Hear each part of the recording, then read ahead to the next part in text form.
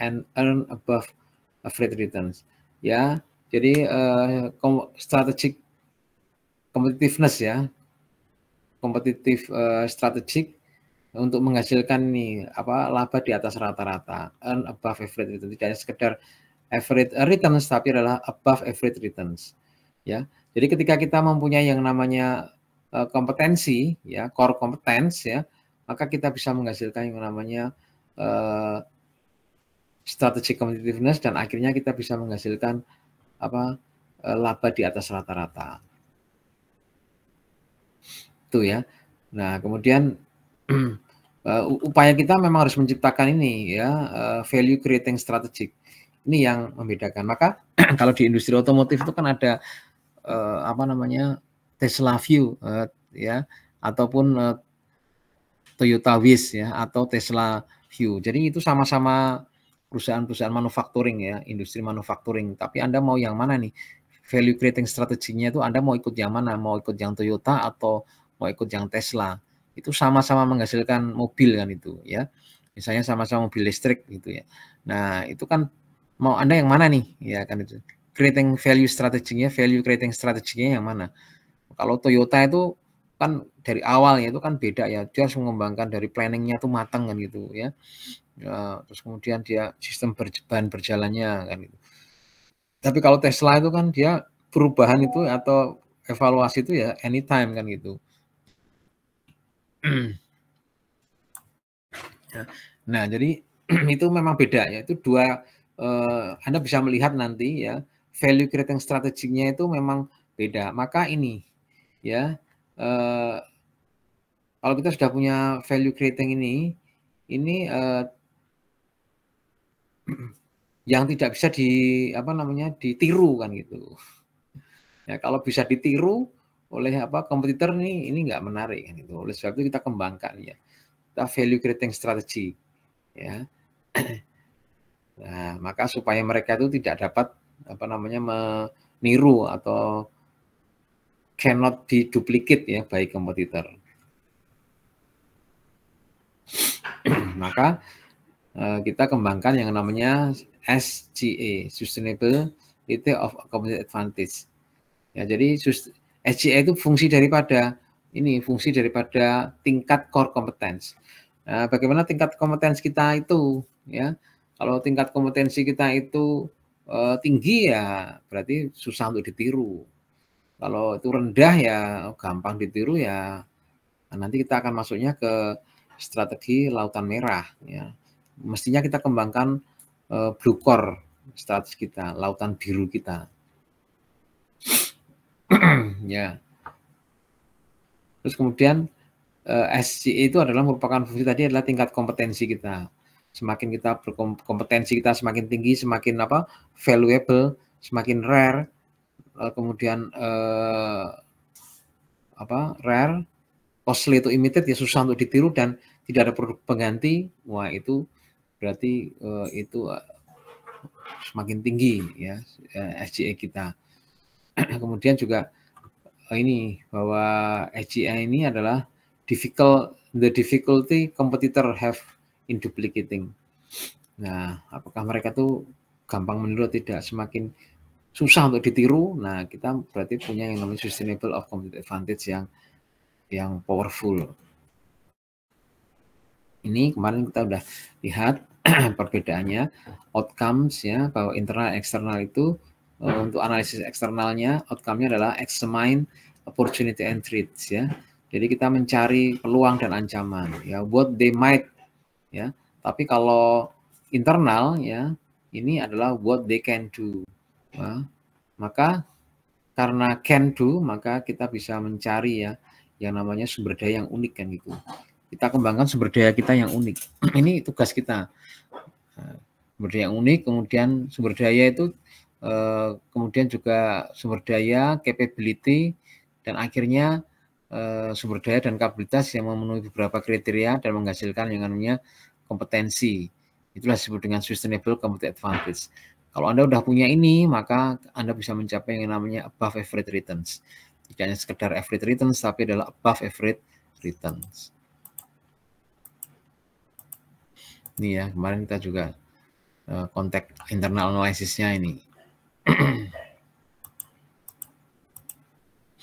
Nah, maka ini kita punya model ini ya, model komponen internal analisisnya ya ini dimulai dari sumber daya baik yang tangible maupun yang intangible, kita kembangkan capability dan akhirnya bagaimana sumber daya dan capability itu menjadi core competence ya. Core competence artinya yang sumber daya yang memenuhi ini beberapa kriteria ini, valuable, rare, costly to imitate, non-substitutable. Nah, itulah yang disebut dengan discovering core competence. Ya, jadi semua sumber daya, kapabilitas, core competence ya yang memenuhi beberapa kriteria ini disebut dengan core competence. Tapi kita juga core competence itu bisa kita kembangkan dengan analisis value chain. Ya, nah, value chain yaitu dengan untuk kita bisa membuat yang namanya outsource. Ini apa? Ini adalah untuk menentukan apa ini posisi biaya kan itu. Ya, biaya mana yang paling yang paling efektif kan itu ya. Jadi posisi biaya itu adalah kita bisa gunakan yang namanya value chain. Jadi value chain itu nanti kita bisa melihat ya bagaimana ada dua kegiatan primary activities dan support activities itu. Nah, nanti kita dari situ kita bisa melihat yang namanya struktur biayanya itu seperti apa. Itu maka kita pakai value chain. Nah, maka ketika kita sudah bisa kembangkan menjadi beberapa kriteria yang unggul, ya kemudian kita juga kembangkan ini, maka beneran kita punya yang namanya core competence. Ya, misalnya hotel itu, jadi kan beda-beda itu nanti kita bisa pakai namanya outsourcing. Ya, mana yang bisa kita kerjakan sendiri, mana yang bisa kita outsourcingkan kan itu. Sudah banyak perusahaan-perusahaan besar itu sudah menggunakan outsourcing. Kalau di negara-negara maju itu biasa ya, dan orang bekerja di perusahaan outsourcing itu kan ya biasa. Kalau di Indonesia itu nggak biasa ini ya, seolah-olah perusahaan outsourcing itu adalah perusahaan kelas 2 kan itu, ya benar ya. Nah, tapi sebenarnya ini enggak. Suatu saat nanti semua bisa di outsourcingnya semua kan itu, mulai dari inbound ya, kemudian proses, output ya, sampai dengan nanti services ya, marketing, service gitu, itu semuanya bisa di outsourcing semua kan gitu. Misalnya perguruan tinggi itu nanti ya itu apa yang mau di outsourcing ya, semua bisa di outsourcingkan ya, termasuk dosennya itu nanti bisa di outsourcingkan. Cuman di sini kan kita ada regulasi ya. Nah, kalau di sini masih ketat. Jadi satu program studi itu harus misalnya harus mempunyai home base-nya, dosen home base-nya itu 5 ya. Kalau master itu ya semuanya gelar doktornya berapa persen kan itu ya. Terus kalau kriteria unggul itu berapa persen yang mempunyai golongan lektor kepala dan guru besar, itu kan ada regulasinya kan itu. Tapi nanti ketika udah masuk yang namanya virtual university, apakah nanti itu diatur? Ya itu kan mungkin beda kan itu. Nah sekarang kita sudah masih ada aturannya, rule-nya tentang itu. Ya. Nah tapi kalau itu sudah tidak ada rule-nya begitu, yang penting adalah persaingan begitu. Nah itu kan sudah ada itu yang virtual university itu, beneran virtual ya, itu ya bukan kayak kita ini enggak, tapi virtual beneran. Nah itu ya seperti UT gitu ya mungkin ya, seperti universitas terbuka begitu ya, virtual. Tapi ini virtual. Kalau UT itu masih ada ketemuan, itu enggak ada sama sekali ya. Nah itu kan sumber dayanya mungkin nanti bisa chatbot ya, bisa menggunakan mesin-mesin ya, mesin learning gitu ya, bisa itu semua udah tinggal dan evaluasinya pun nanti sudah dibuat sedemikian rupa. Nah itu kan nanti ini ya, jadi ini suatu keunggulan. Apakah itu suatu keunggulan atau malah itu sesuatu yang menakutkan nih? Itu kan nanti pertanyaan itu. Kalau ada nanti universitas seperti ini gimana? Sudah nggak perlu lagi dosen kan itu semua materi-materi udah diupload semuanya, tugas pembelajaran. Bahkan ketika Anda belajar itu yang buka itu berapa menit Anda itu itu sudah dianggap gagal, itu bisa tuh pakai AI. Ya, kalau Anda tugas begitu menyimak seperti saya kuliah seperti ini ya, ada tutorial gitu. Ya Anda misalnya kan dibaca pakai itu retina itu matanya dibaca itu ketika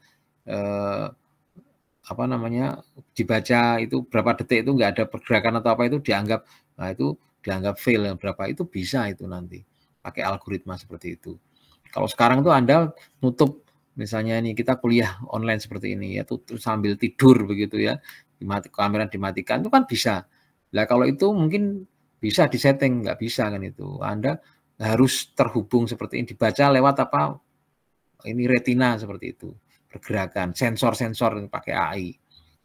Ya, kalau sekarang itu kan masih menganggap bahwa kuliah online itu kayak ya bisa disambi-sambi. Itu kan mestinya yang keliru tuh kayak gitu tuh. Ya, justru ini keunggulan kita ya di sini. Ya, pengajarannya lebih terstruktur. Ya enggak? Ya, misalnya kita lebih terstruktur. Ya, juga apa ya? Itu tadi mestinya nanti bahwa media pembelajarannya juga semakin banyak. Ya. Dan akhirnya dari sini akan menghasilkan competitive advantage dan menghasilkan yang namanya strategi competitiveness inilah yang apa namanya menjadi strategi competitiveness seperti apa. Ya. Itu ada banyak sekali misalnya marketplace sekarang ini ya. Startup itu. Kalau mereka nggak punya yang namanya strategi competitiveness ya sebentar lagi hilang kan itu ya. Nah, misalnya itu Facebook saja misalnya dulu 5-10 tahun yang lalu tuh saya masih wah ini kayaknya nih nggak bisa ini sangat kuat ini nggak bisa apa namanya ekuitasnya itu nggak bisa turun itu ya susah Facebook kan itu kayaknya kita ini tergantung gitu ya sama Facebook misalnya ketika muncul TikTok ya itu kan langsung kemudian udah beda kan itu saya sekarang nggak pernah akses Facebook beneran itu ya paling seminggu itu sekali aja belum tentu ya itu kalau ada notifikasi aja kan itu dulu tuh hampir setiap hari kan itu ya tapi sekarang digantikan oleh TikTok. Nah siapa sih yang nggak pernah setiap hari nggak scroll kan itu ya. Nah itu menjadi apa namanya tren. Nah inilah yang ketika TikTok ini kemudian marak gitu. Dulu kan hanya joget-joget sekarang kan enggak wah TikTok ya. Nah ini maka ini juga akan menghasilkan beberapa tantangan baru kan itu ya baik yang nanti menjurus itu tadi persaingan sehat dan tidak sehat maka algoritma apa dulu itu Z itu kenapa dulu dilarang itu ya memang benar ya karena nanti di situ algoritma akan menentukan misalnya itu produk-produk apa yang diminati di industri kosmetik oh ternyata ini dan ini ketemu 5 kriteria itu kemudian barang itu bisa diproduksi di Cina sana kemudian diiklankan di TikTok setiap hari yang lainnya wah itu ditimpali terus pakai streaming dan lain sebagainya dan akhirnya itu kan dan dijual murah misalnya seperti itu akhirnya apa ya yang itu mati dong ya toh ya kalah ini karena apa algoritmanya sudah jelas bahwa ini produk ini adalah produk yang dibutuhkan bener orang butuh dengan harga yang murah kan gitu Anda bisa melihat ya oke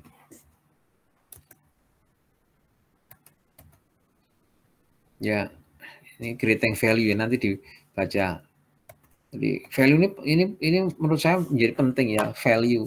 Perusahaan nggak punya value itu ya ini ya product performance karakteristik pada performance produknya seperti apa.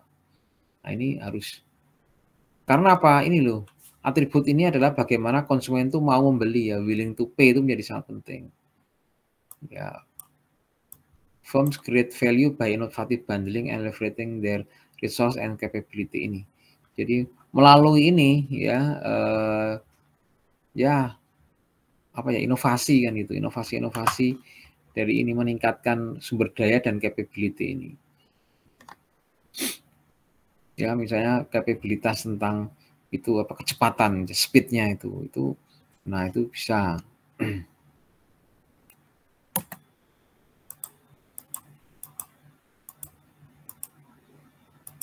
ya ini saya langsung ke model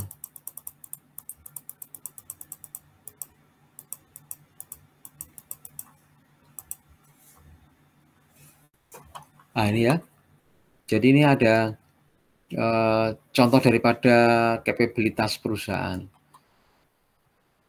ini effective use logistic management teknik motivating, empowering, and capabilities dalam hal motivasi, empowering, and retaining employee Microsoft ya ini. Nah, ini salah satu ya di industri apa ini? manajemen manufacturing, product and design quality misalnya. Apa mau? Sony. Apa suapnya? Saya mau tak suapan ini. Ini suapin maksudnya tak kayak itu. Masalahnya pengennya nanti kok. Mau ada. Mas Ali minta tolong bisa di mute.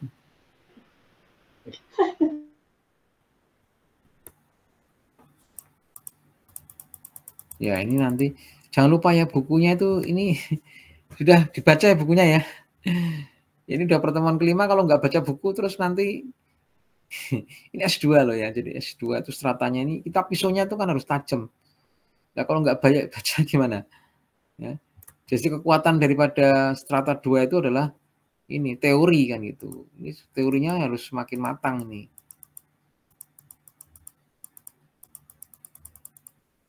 Nah ini ya value chain. Ya, understand their cost position ini. Ya. Jadi value chain itu ini allow the firm to understand the part of its operation and create value on this or do not. Ya. Jadi intinya adalah bagaimana kita bisa menghasilkan value tadi. Ya, jadi tidak semuanya mesti kita kerjakan sendiri kan itu. Itulah maka dengan adanya value chain itu kita bisa benar-benar mengerti apa cost posisi ya, posisi biaya itu kita benar-benar mengerti. Dan nanti ada dua kegiatan yaitu primary activities dan support activities. Ya. Jadi value chain itu adalah show how a product move from raw material stage to the final customer. Jadi mulai dari bahan baku sampai kemudian produk akhir ke konsumen. Ya. Nah ini ya. Jadi primary aktivitasnya mulai dari inbound logistik, operational, logistik, marketing and sales dan services. Kemudian di situ ada support activities ya. Ada firm infrastruktur, human resource management, technological development and procurement. Ya ini ya. Ini saya kira ini nanti kan udah bisa dibaca sendiri ya. Nah, ini outsourcing-nya.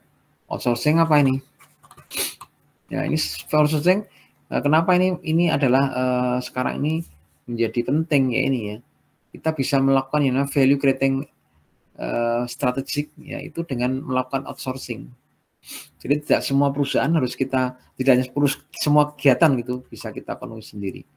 Ya kemarin kita udah diskusikan ya kalau parkir ya di Udinus itu kemudian satpam itu di perbankan bahkan itu semua kayaknya sudah menggunakan outsourcing semuanya cleaning service ya itu. Nah, maka saya bilang nanti suatu saat apakah dosen bisa di outsourcing? Ya bisa, sangat bisa. Ya. Nah, jadi outsourcing itu adalah ini firm may outsource ya. Kita bisa membuat outsource ini all ya ada kata all. Kita semuanya bisa di outsourcing ya bisa nih all or only part of one or more primary or support activities. Kita bisa semuanya kita outsourcing kan ya, mulai dari inbound ini semua outsourcing kan gitu. Atau kita pilih bisa satu atau beberapa baik dari aktivitas utama maupun pendukung. Nah, ini. Nah, misalnya seperti ini. Jadi kalau ini yang di outsourcing ya inbound ini sampai ini, tapi marketing and sales-nya enggak. Nah, ini atau ini Pak separuh-separuh ya, separuh misalnya jasa itu misalnya separuh di outsourcing, separuh enggak kan itu bisa.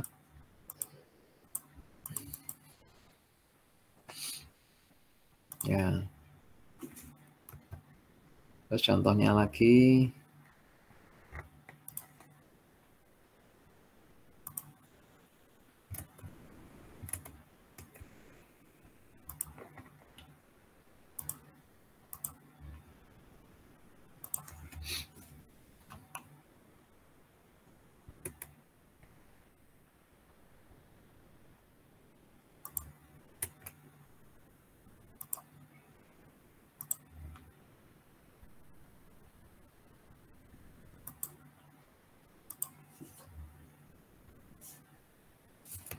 ya value chain ini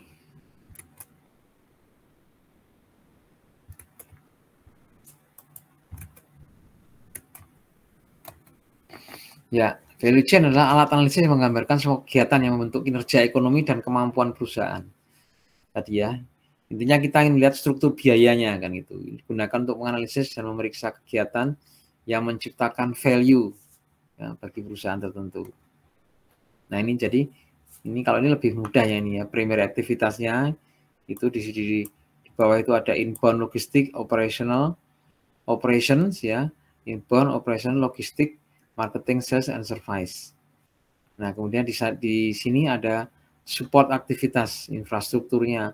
Kalau saya infrastruktur ini sangat penting kan gitu ya, sumber daya manusia. Nah maka ini juga mulai disiapkan ini.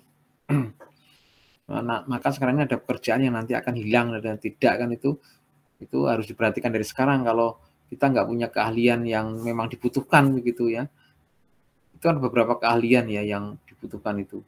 Kalau tidak salah itu apa ya, public speaking kan gitu. Terus kemudian kalau di IT-nya apa gitu, ya minimal 3 itu.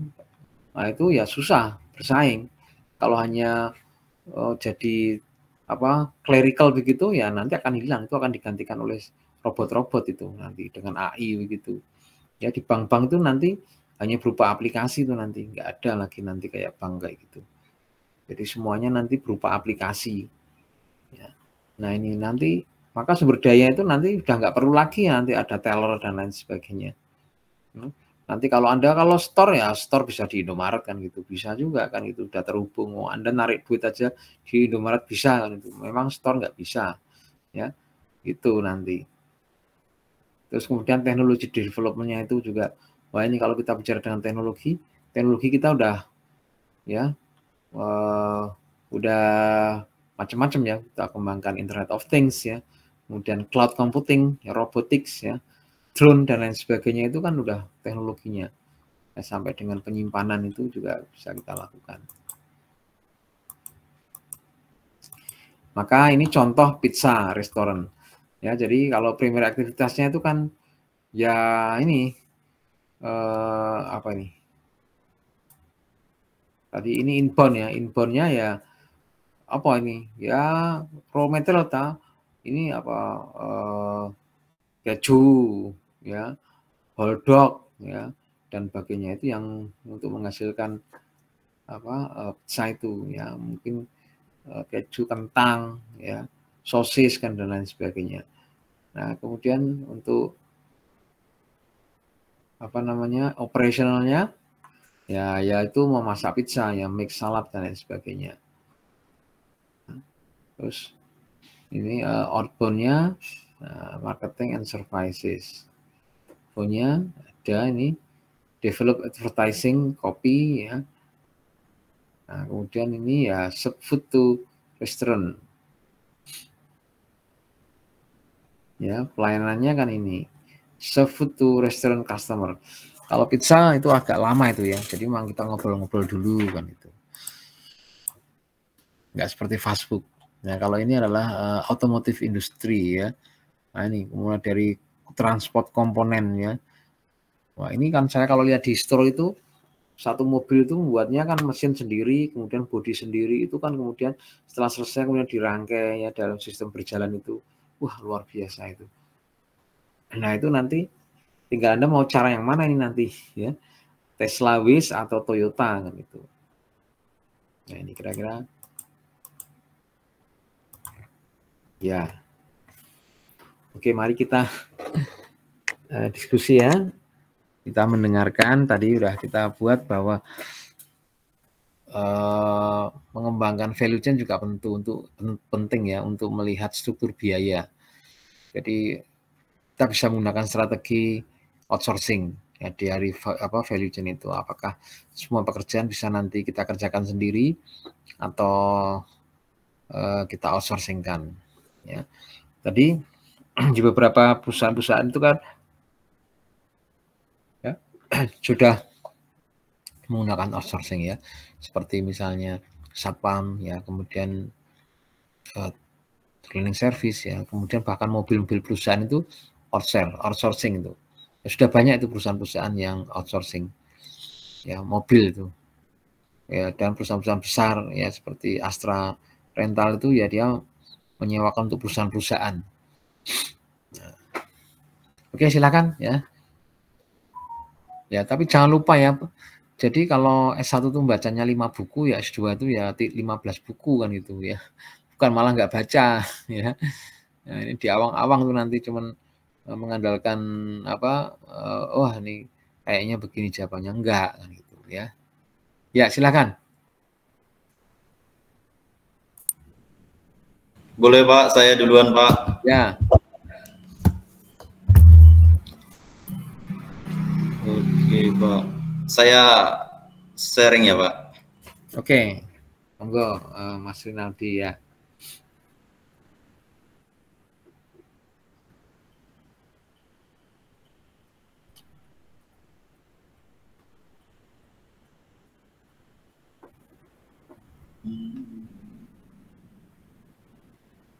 Kok nggak pakai PPT?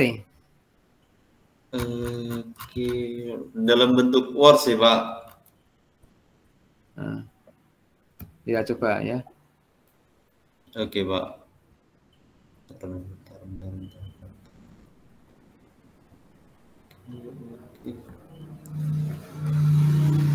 Oke Pak, ini internal environment, non-resource, kapabilitas, dan core kompetensi saya ambil di Tokopedia Pak.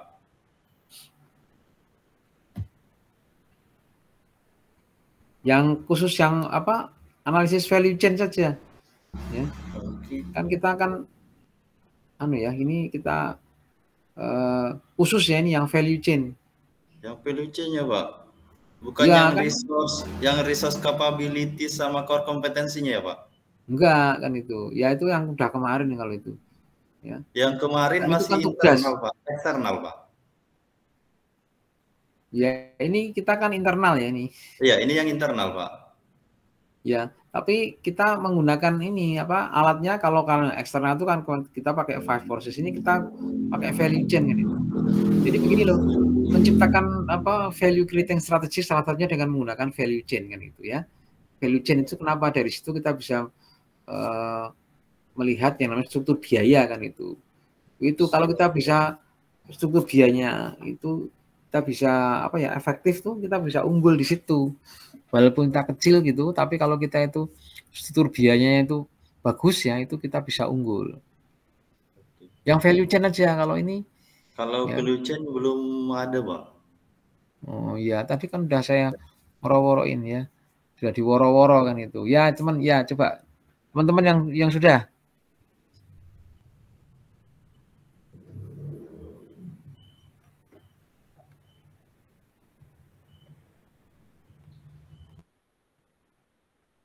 Ya, oke.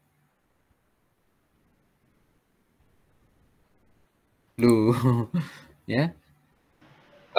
Kalau nggak ada sih, saya izin menyampaikan sih Pak. Ya, teman-teman silakan. dulu, tapi Pak kalau ini ada Pak. Nah, ini belum ada, silakan Mas. Baik, izin share screen ya Pak. Ya.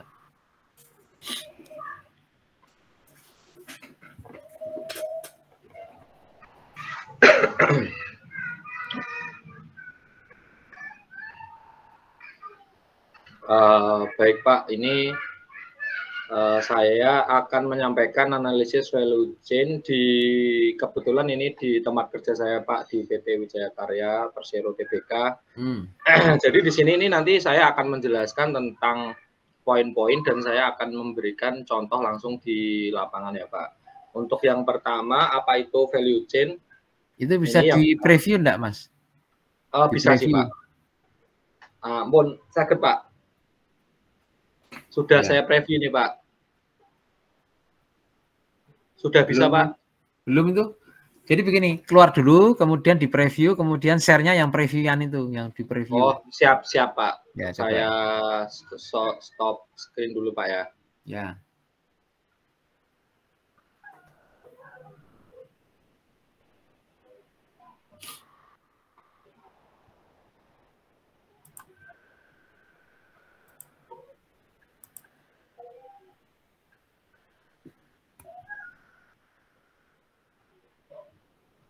Keluar dulu toh. Iya Pak, ini kok nggak bisa keluar ya Pak? Sampun keluar Pak? Belum tuh? Di exit gitu. Sudah, ini saya hentikan Pak.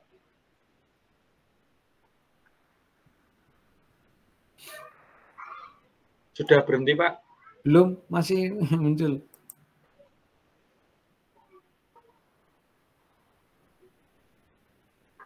Ini di tempat saya sudah berhenti Pak. Ya, tapi maksudnya ini mau keluar kan? Ini malah ini Pak, coba saya yang saya ulang lagi Pak. Ini jadi belum bisa di preview dulu, kemudian add-nya yang add preview.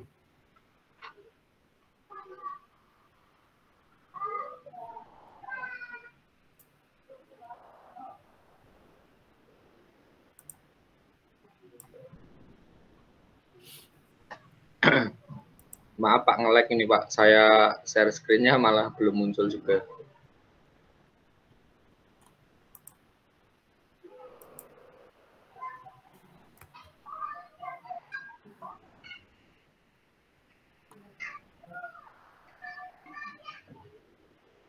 Saya izin ini reload ya. Ya.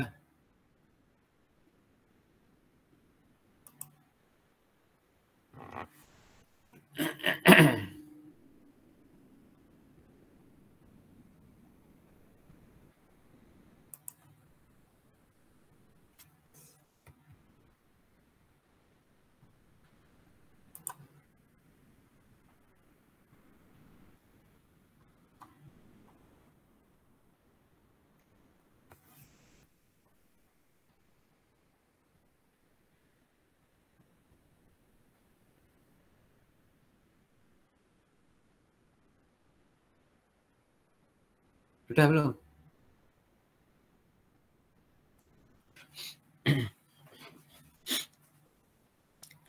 Maksudnya buat apa yang di share tuh yang yang di share tuh yang preview-nan gitu loh.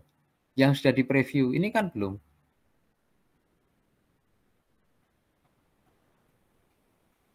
Ya sudah, enggak apa-apa, daripada nanti malah nanti. Ya udah, yuk lanjut aja. Itu masih mute ya itu. Di unmute dulu Mas Alik. Iya Pak, mohon maaf Pak. Jadi di tempat saya ini sudah preview ya Pak, aslinya ya Pak. Mungkin kendala sinyal, mohon maaf. Ya. Jadi saya akan menceritakan analisis value chain di PT Wijaya Karya Persero Tbk. Sekarang tempat saya bekerja. Ya, ini di sini adalah teoritisnya. Nanti saya akan menjelaskan contoh realnya di lapangan. What is a value chain? Jadi value chain mulai dari inbound logistik, operasi, outbound logistik, marketing, sales sampai service. Kalau di tempat saya Pak, saya kebetulan di holdingnya. Kami mempunyai anak usaha dan subholding sampai dengan cucu cicit. Tapi saya akan menceritakan tentang holdingnya. Jadi kalau di holding Pak, kita juga menggunakan outsourcing Pak, atau kalau sebutan kami PKWT. Pekerja kontrak paruh waktu, Pak. Jadi kalau yang di project itu misal kontrak project 8 bulan, jadi kita kontrak dengan mandor sesuai dengan kontrak project, Pak, 8 bulan. Dan nilainya disesuaikan dengan nilai kontrak proyek sesuai dengan estimasi, Pak. Kemudian kami di kantor juga menggunakan mulai dari security sampai customer service, cleaning service, bahkan sampai office kita pakai outsourcing, Pak. Jadi di tempat kami perbandingannya 10:90, Pak. 10% pegawai, 90%-nya outsourcing atau PKWT. Jadi itu untuk efisiensi biaya tentang gaji dan fasilitas. Ini kemudian saya lanjut untuk value chain company. Ini adalah tujuannya di profit oriented. Ini mulai dari incoming logistik, production. Kebetulan kami EPC, Pak. Jadi engineering, procurement, dan construction. Jadi mulai dari belanja materi sampai gambar, sampai evaluasi, sampai dengan produksi sampai dengan bangunan jadi dan perawatannya. Jadi kami juga mempunyai departemen IT, Pak, divisi IT sendiri, itu mengembangkan sistem mulai dari sistem human capital, sistem keuangan, sampai dengan sistem K3 atau HSE. Kemudian di Human Rights and Management, sebutan kami sekarang HC, Pak, Human Capital, karena pegawai itu dianggap sebagai resource, dianggap sebagai nilai juga. Jadi yang nilainya 10% tadi, Pak, ya. Kalau yang 90% tadi outsourcing dan PKWT. Kemudian di divisi procurement kita juga ada, Pak. Kalau purchasing kita masuknya di finance, tapi kalau yang procurement kita ada divisinya sendiri. Kemudian kalau produksi itu kita di project, Pak. Nanti ada manajer project sendiri, itu ada kalau di manajer project sebagai top management, nanti kalau ke pusat biasanya menjadi middle atau lower management. Kemudian untuk marketing kita udah jelas, Pak, ya. Pasar kita adalah APBN. Kita nggak boleh keluar dari zona itu, Pak. Terus nilainya juga harus di atas 100 miliar. Kalau di bawah itu kita nggak boleh ngambil. Kemudian ini ilustrasi ya, Pak. Untuk mulai dari procurement ini adalah kalau di tempat kami, berarti bahan bakunya yang paling utama adalah kalau di infrastruktur, misal jalan tol, berarti bahan baku utamanya itu adalah beton ya, Pak. Karena kita jalan itu 80% beton, Pak. Jadi kalau kemudian ada besi sebagai tulangan itu kalau di infrastruktur simpel, Pak. Tapi kalau di gedung kita ada banyak material, Pak. Mulai dari ada besi, ada scaffolding, ada pasir, ada kalau di gedung lebih ribet daripada di jalan atau jembatan. Ini kalau di tempat saya berarti mulai dari hulunya itu ada divisi procurement, kemudian nanti diolah oleh orang proyek selesai nanti di pembayaran vendor dan lain-lain itu di keuangan, terus ujungnya adalah kita menerima pembayaran dari barang kita yang jadi itu, misal jalan tol atau gedung atau jembatan, kemudian kita mendapatkan penerimaan dari owner. Nah, ini penjelasan untuk aktivitas tersebut dibagi menjadi dua. Primer activity, ini ada inbound logistik, aktivitas yang berhubungan dengan penanganan material sebelum digunakan. Kemudian operasional, aktivitas yang berhubungan dengan pengobatan input menjadi output. Outbound logistik, aktivitas yang dilakukan untuk menyampaikan produk ke tangan konsumen. Kemudian marketing sales, aktivitas yang berhubungan dengan pengarahan konsumen. Yang terakhir ada service, aktivitas yang mempertahankan atau meningkatkan nilai dari produk tersebut. Yang kedua, ini support activities. Yang pertama ada procurement, kemudian ada human rights management atau HC atau HRD, kemudian ada teknologi development, ini ada divisi IT. Nah, ini adalah di bagian produksi, Pak, yang mengeksekusi project-project. Ini yang terakhir ada 6 fungsi bisnis rantai nilai atau value chain. Untuk yang pertama, penelitian dan pengembangan. Biasanya kita sebelum melakukan project itu melakukan analisis studi kelayakan bisnis, Pak. Ini layak atau enggak, anggarannya masuk atau enggak. Kemudian material yang dipakai ini harus grade A, B atau seperti apa, itu tinggal permintaan owner. Kemudian desain produk, berarti ini ranahnya kalau di kami di engineering, Pak, itu ada tim teknik sipil sama arsitek, ada mechanical electrical, ini jadi satu di divisi engineering. Kemudian di divisi produksi, kalau untuk pemasaran kami juga ada divisinya tersendiri, Pak.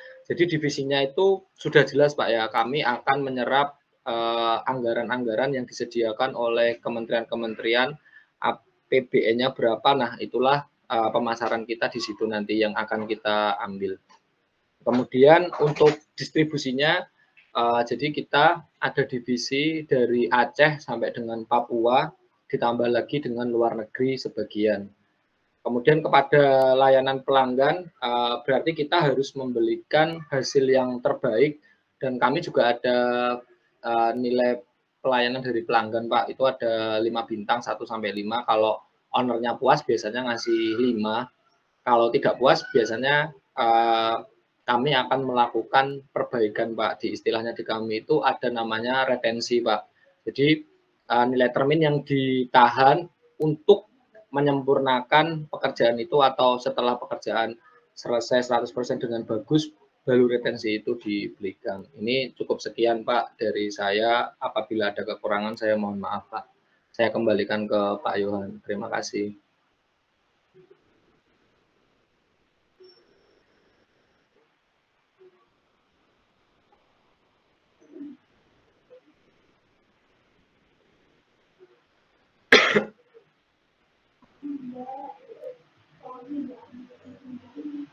Halo Pak Yohan.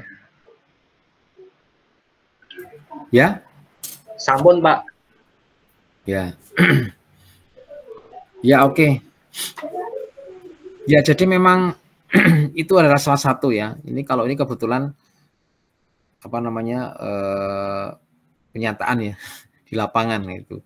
Jadi membuat struktur biaya kan itu. Benar ya Mas ya? Ya, jadi nanti mulai dari inbound tadi itu kan struktur biayanya ya toh. Itu semuanya ada yang di outsourcing ada berapa saja Mas kegiatannya ini? Kalau kita di outsourcing itu pekerjaan yang non manajerial Pak, kita outsourcing kan. Yang non manajerial ya? Iya Pak. Ya. Jadi yang pegawai organiknya itu hanya ini Pak, 10%, 20% maksimal.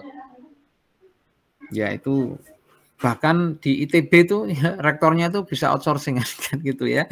Ya sudah mulai loh itu ya, perguruan tinggi top ya itu aja rektornya bisa ngambil, semua bisa daftar kan itu di sana kan itu. Nah itu artinya memang sekarang ini menjadi penting ya bagian. Jadi sumber daya manusia tidak lagi dipandang sebagai apa itu ya hanya manusia gitu ya. Nah tapi ada juga yang menyebut talent kan itu lebih anu lagi ya. HC tadi ya, human capital. Nah itu menjadi sangat penting memang ya, menciptakan yang namanya capability tadi ya. Jadi ini memang harus dipahami ya, yaitu mulai dari inbound logistik sampai dengan services ya. Ini mana yang kegiatan mana yang nanti, ataupun nanti kegiatan yang ini kan kegiatan primary ya, yang support activities itu nanti mana saja juga yang bisa, apakah mau dikerjakan semua atau kalau itu nanti itu juga harus dilakukan ya, harus dilihat ya mana, atau misalnya servicesnya itu ya di beberapa toko misalnya elektronik itu mungkin servisnya itu dia outsource ya, di outsource kan juga bisa. Berapa merek-merek Cina itu kalau HP itu di outsource kan gitu ya, itu jadi itu semua merek Cina pakainya itu misalnya kayak gitu ya, bisa juga kan itu ya, karena kan mungkin hampir sama ya, itu jeroannya mungkin sama cuman mereknya saja dulu kan begitu ya, ya itu bisa di outsourcing kan ya, saya kira itu ya. Nah yang kedua ini di Kulino itu kan saya sudah tempelkan itu untuk memahami itu ya. Ya saya kira yang sesi kedua silakan Anda di situ aja ya. Jadi yang kita ketemu ini kita menjalankan semakin kuat betapa itu pentingnya yang namanya analisis internal itu. Kita melihat strength ya and weakness. Strength menjadi kekuatan kan itu ya. Ya bagaimana kita bisa menciptakan keunggulan itu ya dari sini ya. Mulai dari sumber daya, kemudian capability, dan akhirnya menciptakan core competence ya. Tidak semua sumber daya dan kapabilitas itu menjadi core competence. Hanya sumber daya dan kapabilitas yang memenuhi kriteria valuable, rare, costly, itu imitate, dan no product substitute ya, tidak ada produk pengganti, ya susah ditiru, ya langka, ya dan bernilai kan, itu yang menjadi core competence. Kalau kita udah punya itu berarti kita mampu mengembangkan yang namanya value strategic. Ya, nah itu maka kita bisa mencapai yang namanya laba di atas rata-rata. Nah, tidak hanya sekedar average return, tapi adalah above average returns. Saya kira itu ya. Yang kedua, ya silakan nanti hari ini sesi ini ya kita akan sama-sama untuk itu ya masuk di Kulino ya untuk mengerjakan yang sudah saya upload tadi. Ya, itu ada beberapa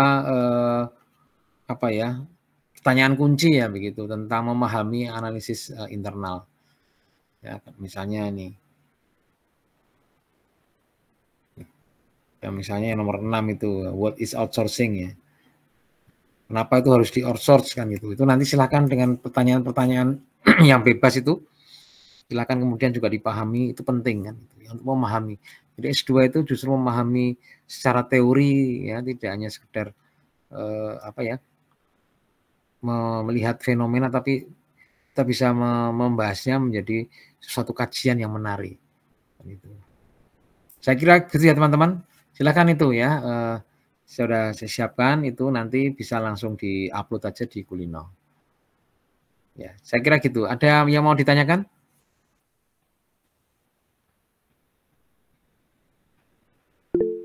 Ya. Izin bertanya Pak, untuk tugas itu kan bahasa Inggris, apa boleh kita menjawabnya dalam bahasa Indonesia atau memang bahasa wajib? Indonesia dong. Oh, jawabnya bahasa Indonesia. Baik Pak, baik. Terima kasih. Kalau pertanyaan boleh dalam bahasa Inggris, dalam bahasa Indonesia saja ya. Ya. Atau sekarang kan tidak ada masalah, kita ini kan kayaknya sekarang tidak ada masalah, yang mau pakai bahasa Cina nanti kita translate sebentar ya, bisa ya, gampang. Ya oke ya gitu teman-teman ya. Sampai ketemu minggu depan ya. Minggu depan mungkin kita jadwalkan untuk ketemuan ya. Ya ini udah ya supaya kita pernah ketemu kan itu ya. Gitu ya teman-teman. Minggu depan ya kita ketemu ya. Ya. Iya Pak. Baik, selamat malam. Baik Pak. Ya oke. Terima kasih. Malam Pak. Terima kasih Pak. Malam Pak.